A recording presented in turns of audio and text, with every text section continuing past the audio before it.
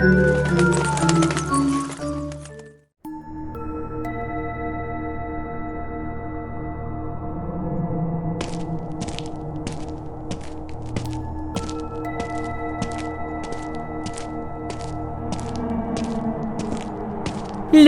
আচার্যের ভাই গোবর্ধন আচার্যি একবার বিয়েবাড়ি নেমন্তন্ন খেয়ে দূর গ্রাম থেকে আসছে।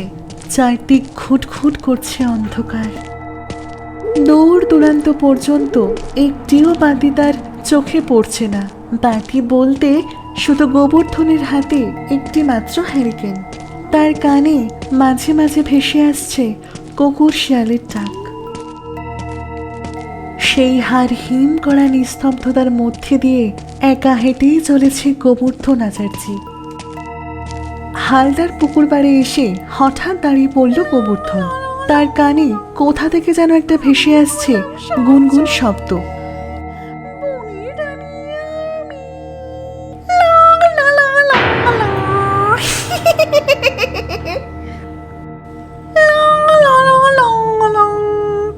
আমি হলাম শাকচুন্নি, বনের রানী আমি, কপাট করে গিলে ফেলে ঘাড় মোটকে দিই আমি। ভয়ে তার বুক শুকিয়ে গেল, কিন্তু তার যে কোনো উপায় নেই। তার কাছে যাওয়ার এই একটি মাত্র পথ।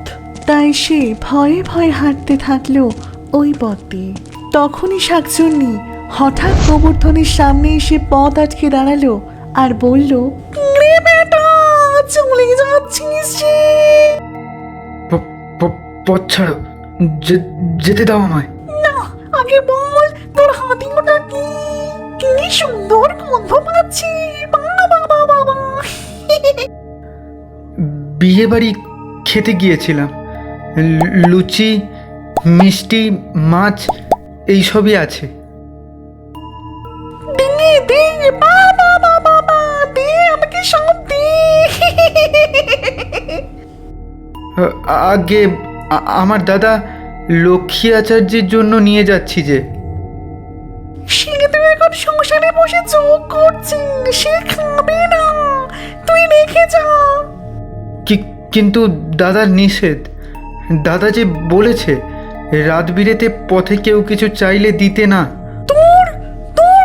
তুই দিয়ে তো আমায়, আমার খিদে পেয়েছে, নইলে তোর ঘাড় মোটকে কি করি দে। আচ্ছা দেব, কিন্তু তার আগে তুমি আমাকে শ্মশানে দাদার কাছে পৌঁছে দাও, তাকে জিজ্ঞেস করে তারপর দেব।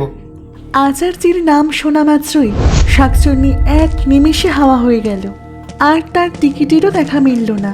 গোবর্ধন আবার একাই চলতে থাকলো।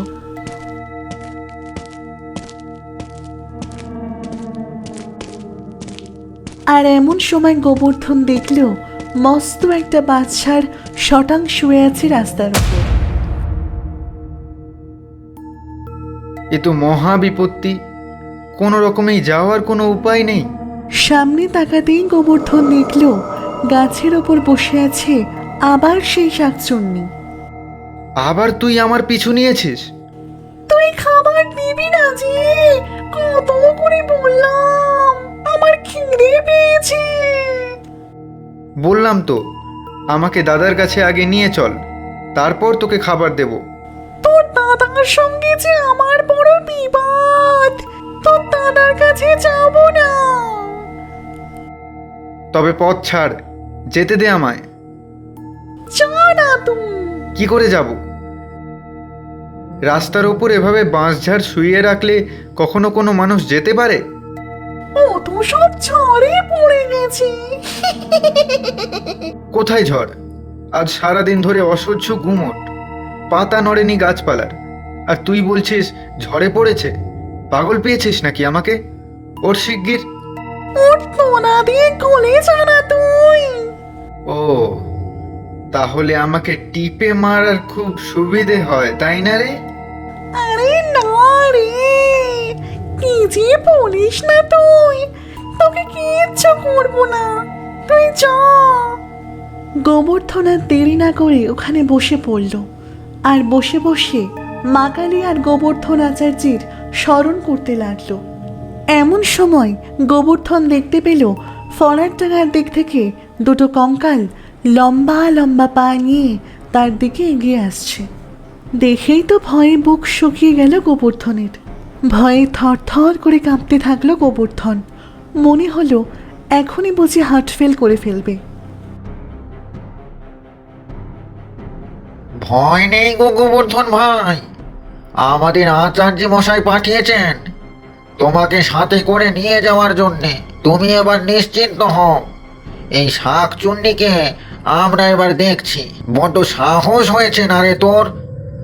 নাম গাছ থেকে, সোজা হয়ে শিগগির গাছ তোল, নইলে তোর একদিন কি আমার একদিন। এই শুনে শাকচুন্নি ভয়ে এক লাফে গাছ থেকে নিচে নেমে গেল আর ভয়ে ভয়ে বলতে লাগলো, দাঁড়াও দাঁড়াও, আমাকে মেরো না মেরো না, আমি আমি এক্ষুনি গাছ তুলে দিচ্ছি। হ্যাঁ হ্যাঁ, তোল তাড়াতাড়ি। গাছ তোলেই শাকচুন্নি ভয়ে পালাতে যাবে এমন সময় দুটো কঙ্কাল তাদের লম্বা লম্বা পা দিয়ে এগিয়ে গিয়ে শাকচুন্নিকে ধরে বেধারক মার মারতে লাগলো। গোবর্ধন আর কোনো দিকে না তাকিয়ে সোজা দৌড় দিল ঘরের দিকে। পেছনে তখন বাঁশঝাড়ের ভেতর 3 ভূতের মধ্যে চলছে প্রচন্ড ধর্ষাধর্ষি।